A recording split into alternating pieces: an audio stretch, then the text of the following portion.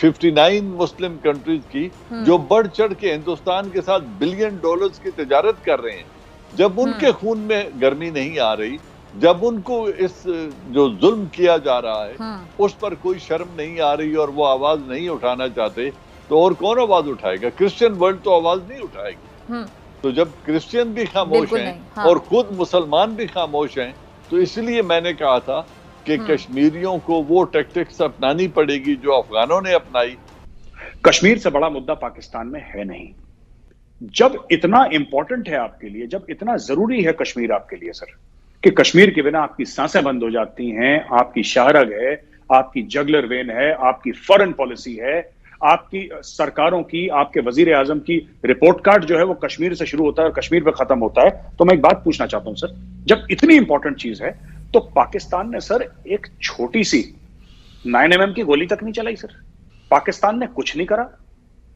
जुम्मे की नमाज के बाद सब लोग खड़े हो जाएं सड़क पे सर, इन्होंने ये करा। सब लोग खड़े हो जाएंगे, फिर सब लोग बैठ जाएंगे। Has Pakistan taken any action? It did not take any action. चलिए OIC ने इनकी बात नहीं मानी, चलिए यूनाइटेड नेशंस ने इनकी बात नहीं मानी, कोई बात नहीं, कोई बात नहीं। होता है कभी कभी, आपकी डिप्लोमेटिक इतनी हेफ्ट नहीं होती कि लोग आपकी बात माने। आपने पाकिस्तान के अंदर क्या करा? पाकिस्तानी फौज सर, ईमान तकवा जिहाद फी सबीलिल्लाह जो उसका नारा है, पाकिस्तानी फौज ने क्या करा सर लाइन ऑफ कंट्रोल पे? करा क्या उन लोगों ने? उन्होंने तो कुछ भी नहीं करा। इसलिए मुझे सिर्फ शक नहीं, मुझे पूरा यकीन है सर कि भारत सरकार ने पाकिस्तानी सरकार को बता दिया था कि हम ऐसा कर रहे हैं और तुम चुपचाप बैठ जाना। इसीलिए इन भाई ने सिर्फ सर वो 50-52 जितने भी ट्वीट करे, मोदी, हिटलर, हिंदुत्व, फाशिस्ट, दाएं बाएं, इसने करा कुछ भी नहीं। वहां पे आपकी इकोनॉमी ठीक चल रही है? नहीं चल रही। आपकी डिप्लोमेसी ठीक चल रही है? नहीं चल रही। आपके सारे आपने वेस्ट के साथ अपने रिश्ते खत्म कर दिए सर। इमरान खान यूरोप ही नहीं गया sir. He should have gone to Europe sir, he should have gone to Europe. कहते हैं यूरोप मुझसे अच्छा कोई नहीं जानता, इंग्लैंड मुझसे अच्छा कोई नहीं जानता। इनकी तो बीवियां हैं वहां पे सर लंदन में, दो if I am not mistaken. फिर चले जाते मिलने के लिए बच्चों से। खान साहब तब नहीं गए। मेरा ये कहने का मतलब है कि खान साहब has not engaged with America, he is just waiting for a phone call. ये कहीं बाहर भी नहीं गए सर। ऐसा भी नहीं कि इस समिट में उस समिट में जाके कुछ डिप्लोमेसी करते। तो इन्होंने खुद को आइसोलेट कर दिया। इनको कहीं ना कहीं इमरान खान साहब के दिमाग में ये चीज है कि पाकिस्तान इतना इंपॉर्टेंट है वर्ल्ड के लिए, पाकिस्तान इतना जरूरी है वर्ल्ड के लिए कि साहब अगर पाकिस्तान नहीं शामिल, और ये इनके बड़े बड़े जो ब्रिगेडियर्स हैं, जनरल्स हैं, ये टीवी पे बोलते हैं कि हुकूमत तो कुलभूषण को एनआरओ देने के लिए सरगर्म हो गई है। अब एनआरओ का मतलब तो ये होता है कि सारे जुर्म माफ, सारे जुर्म माफ, सारे केस खत्म। कि अब कुलभूषण को अपील का हक मिलेगा, तो इसका मतलब उसको रिहाई देने की तैयारियां शुरू हो गई हैं। उसको तो रिहा किया जा रहा है। और आलमी बिरादरी और ये जो इंसानी हुकूक के अलंबरदार बने बैठे हैं, ये खामोश तमाशाई बने हुए हैं। इनकी खामोशी पे ज़रा मैं चाहती हूँ कि आप कुछ फरमाएं, कमेंट करें कि ये खामोश जब बने बैठे हैं तो फिर ये क्यों कहते हैं कि जी हम आलमी हुकूक, इंसानी हुकूक के अलंबरदार हैं, चैंपियन हैं। ताले लगा देना अपने दफ्तरों को। ये यूनाइटेड नेशन एक टॉक शॉप है और इसमें जो ताकतवर क्रिश्चियन कंट्रीज हैं उनकी प्रेडोमिनेंस है। हमारे मुसलमान 59 कंट्रीज ने आज तक अपने हकूक के लिए वहाँ भरपूर आवाज भी नहीं उठाई, और मुसलमानों के हकूक के लिए तो वहाँ मुकम्मल खामोशी रही है। प्राइम मिनिस्टर इमरान खान पहले लीडर हैं जिन्होंने जाकर इस्लामोफोबिया पे वहाँ बात की। उन्होंने सैयद अली गिलानी की जो डेड बॉडी उन्हें नहीं दी गई थी उनके वरसा को, उसका जिक्र वहाँ किया, और उन्होंने कहा कि उनको अपने लास्ट राइट्स के लिए फैमिली को वहां से निकाल के अपने शुहदा के कब्रिस्तान में जहां उन्होंने वसीयत की थी उनको दफनाने का मौका देना चाहिए। लेकिन उस पर कोई असर नहीं हुआ क्योंकि हिंदुस्तान ये करना नहीं चाहता और हिंदुस्तान को अमेरिका और वेस्टर्न कंट्रीज इस्तेमाल करना चाहते हैं। लिहाजा उसको 100 कत्ल मुआफ हैं और यूनाइटेड नेशन खामोश है, जैसे उन्होंने प्लेबिसिट का राइट कश्मीरियों को कभी दिया ही नहीं था। तो इस बेहसी पे मातम ही किया जा सकता है और क्या कहा जा सकता है। ठीक है। अच्छा, अभी कश्मीर मीडिया सर्विस के मुताबिक जना साहब 1 अक्टूबर 2021 से अब तक भारतीय फोर्सेस के हाथों 30 कश्मीरियों को मावरा अदालत शहीद किया जा चुका है। और पाकिस्तान ने, आपको पता है कि कई मरतबा अक़वाम मुत्तहिदा में भारतीय जारियत के जो डोजियर्स हैं वो भी जमा करवाए हैं। तो क्या हम ये समझे कि अक़वाम मुत्तहिदा कश्मीरियों को इंसान ही नहीं समझती?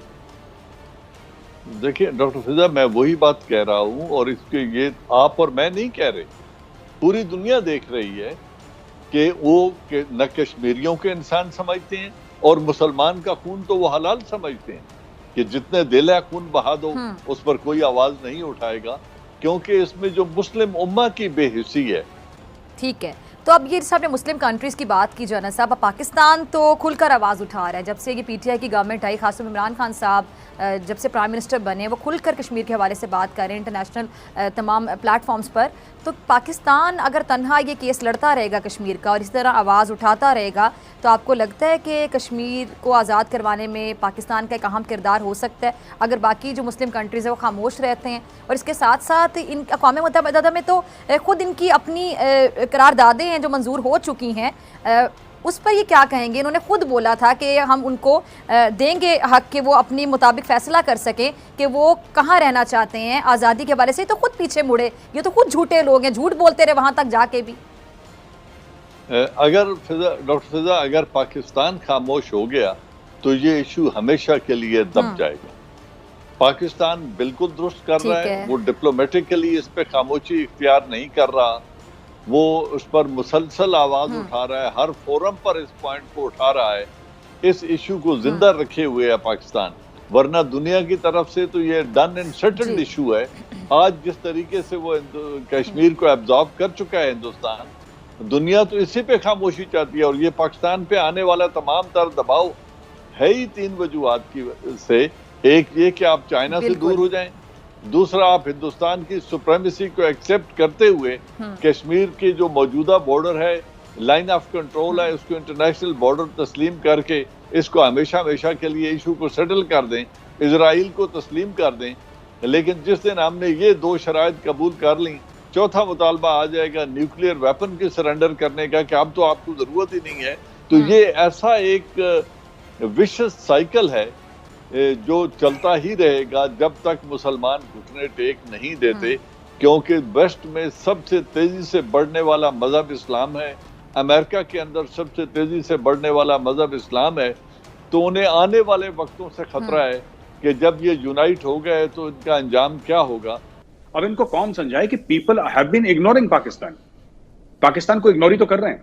बाइडेन का आपके पास कॉल नहीं आया, बाइडेन को छोड़िए सर, बाइडेन तो एक दुश्मनी मानते हैं आधे पाकिस्तानी अमेरिका को 90%। आपके पास शी जिनपिंग का कॉल नहीं आया सर, जो आपका आयरन ब्रदर है, हिमालय से ऊंची और शहद से मीठी और समुद्र से गहरी दोस्ती, उसका कॉल नहीं आया। तो सऊदी अरेबिया आपसे नाराज है, जो उसने $4.5 बिलियन दिए, जिसमें 1.5 बिलियन तो सर ये डेफर्ड पेमेंट्स हैं ऑयल की, और बाकी 3 बिलियन बोला आप स्टेट बैंक ऑफ पाकिस्तान ने रखी है। ये ऐसा नहीं कि they can spend it sir, ये चेक काट के नहीं दे सकते किसी को, फिर रखने के लिए पैसे दिए। वो किसको दिए सर? वो पाकिस्तानी फौज को दिए सर, इमरान खान को थोड़ा ना दिए। तो कहने की बात ये सर, इन अ नटशेल अगर मैं आपको बताऊं, Pakistani army will have to deal with the failures of Imran Khan. It is not just कि उन्होंने बाजवा को आंखें दिखा दी, वो तो एक मसला है, एक मसला है। कहते ना कि बदतमीजी हम इंसान की सहेंगे, वो काम तो अच्छा करे सर। अगर कोई इंसान काम अच्छा करे तो उसकी लोग बदतमीजी भी सह कर। अच्छा, नालायक आदमी है, काम भी नहीं कर रहा ठीक से, सब कुछ बेड़ा गर्क कर दिया मुल्क का, फिर उसके ऊपर बदतमीजी कर रहा है, तो people get irritated. The Pakistani army is clearly they have lost patience with Imran Khan, and Imran Khan is on his way out.